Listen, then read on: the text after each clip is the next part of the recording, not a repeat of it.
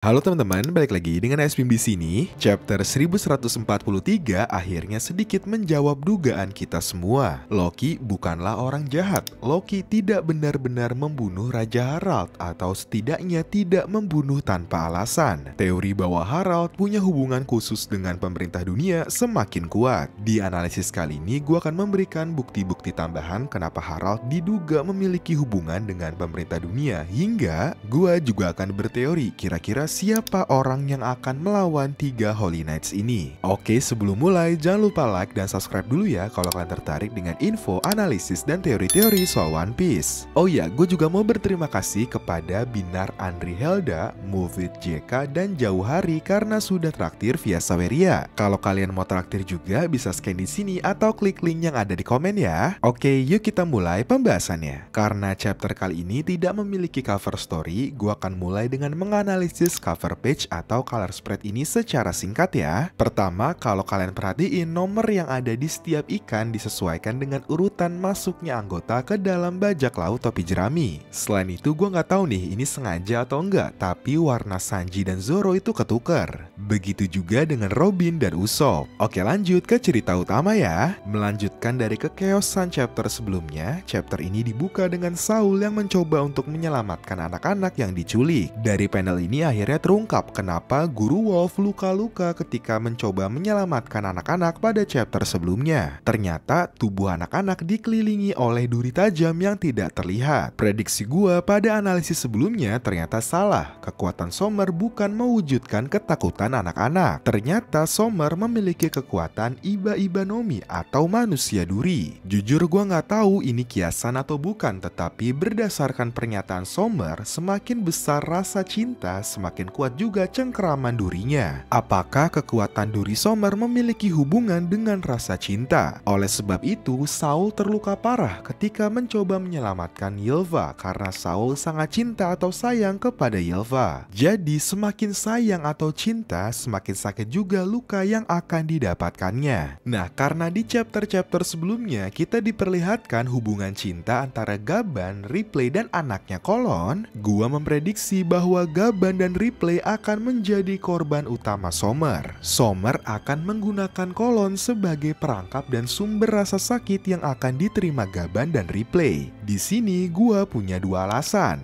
Pertama, di chapter-chapter sebelumnya kita dijelaskan bahwa Gaban sangat expert di bidang cinta, mirip dengan Sommer, jadi sepertinya Gaban akan jadi musuh pertama Sommer. Kedua, di awal-awal arc Elbaf, kita bisa melihat betapa cerobohnya Kolon. Walaupun saat ini dia nggak diculik, tapi sifatnya yang ingin jadi pahlawan menurut gua akan membuat Kolon terperangkap ke jebakan Sommer. Momen ini gua rasa akan jadi kekalahan Gaban dan Sanji yang akan maju menjadi lawan utama Sommer, karena seperti yang kalian tahu, Sanji juga memiliki ketertarikan dengan cinta sama seperti Sommers dan Gaban. Bahkan nih, Sommer juga memiliki selera yang bagus dalam makanan. Jadi menurut gua Sanji jadi lawan yang cocok banget untuk Sommers. Oke, lanjut ke panel berikutnya ya. Di sini kita ditunjukkan betapa kejamnya Gungko. Dia sengaja memilih rute ke pelabuhan yang dekat dengan desa. Gungko mau mastiin ketika anak-anak ini diculik, orang tua mereka bisa melihat langsung dan memaksa mereka untuk menyelamatkannya. Hal ini memperbesar kemungkinan para orang tua masuk juga nih ke dalam jebakan Sommer. Nah, karena kekuatan Gungko berhubungan dengan arah, gua rasa Zoro akan jadi lawan yang cocok banget. Karena seperti yang kalian tahu, Zoro buta arah. Ini jadi tantangan yang menarik banget. Oke, lanjut ke panel berikutnya, di mana kita dijelaskan lebih detail tentang kekuatan Killingham yang menurut gue menarik dan OP banget. Ternyata Killingham bukan cuma bisa mewujudkan ketakutan seseorang,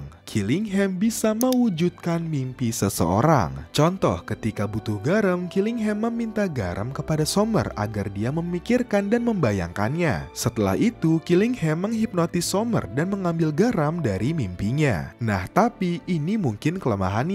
Killingham mengatakan bahwa garam yang dihasilkan tidak memiliki nilai gizi dan tidak akan memberikan energi. Hal ini secara nggak langsung menjawab kenapa Killingham tidak menciptakan makanan untuk mengatasi mengatasi krisis kelaparan di Merijoa. Ya karena makanan yang dihasilkan gak akan ngasih gizi apa-apa. Hal ini mungkin berlaku juga untuk Luffy yang kekuatannya bisa menciptakan apapun dari imajinasinya. Luffy gak bisa menciptakan makanan untuk menambah energi karena percuma, makanannya juga gak ada gizinya. Nah karena kekuatan mereka berdua cukup mirip, gua rasa Killingham jadi lawan yang menarik banget buat Luffy. Bahkan kalau kalian perhatiin, Killingham jadi satu-satunya pengguna buah iblis yang sudah awaken yang memiliki awan putih seperti Luffy. Berbeda nih dengan pengguna lain yang memiliki awan hitam. Jujur gue pribadi penasaran banget kalau Killingham bisa mewujudkan ketakutan seseorang, kira-kira apa sih yang Luffy paling takutkan? Karena setelah gue pikir-pikir, setelah time skip, Luffy gak pernah sekalipun takut sama seseorang.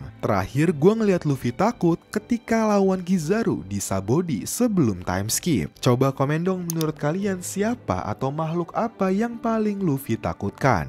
Oke, anyway, karena menurut gue trio monster akan menjadi lawan utama ketiga Holy Knights ini, mereka bertiga seperti biasa akan jadi kunci, sedangkan kru yang lain akan fokus untuk membantu para raksasa memadamkan api dan melawan monster-monster yang diciptakan Killingham. Oke, sebelum gue lanjut ke panel Loki, gue mau bahas beberapa detail kecil yang menurut gue nggak kalah menarik. Pertama, dua anak kecil ini, terutama yang paling depan, si Ylva, yang menurut gue akan punya peran penting. Sejauh ini, Ylva cukup disorot dan ternyata dia adalah keturunan langsung dari Jarul, raksasa tertua. Bahkan nama Ylva sendiri adalah bentuk feminim dari Ulver, yang artinya serigala. Gak heran kenapa Oda menggambarkan sosok Fenrir sebagai makhluk yang paling ditakuti Ylva, karena Fenrir berbentuk serigala. Nah, anak kedua bernama Lonya. Yang gue bingung kalau kalian perhatiin si Lonya ini punya tanduk beda sama temen-temennya. Apakah mungkin Lonya adalah keturunan raksasa kuno yang mungkin punya hubungan dengan Loki dan Harald? Oke, lanjut ke detail berikutnya yang berhubungan dengan mural favorit kita semua. Pada saat kebakaran akibat ulah Loki, kita bisa melihat kapal hitam Zwar ditugaskan untuk memadamkan api. Kapal ini langsung membuat gue inget dengan kapal yang ada di mural ini. Warna dan bentuknya mirip banget, beda sama kapal-kapal di sekelilingnya yang berwarna putih.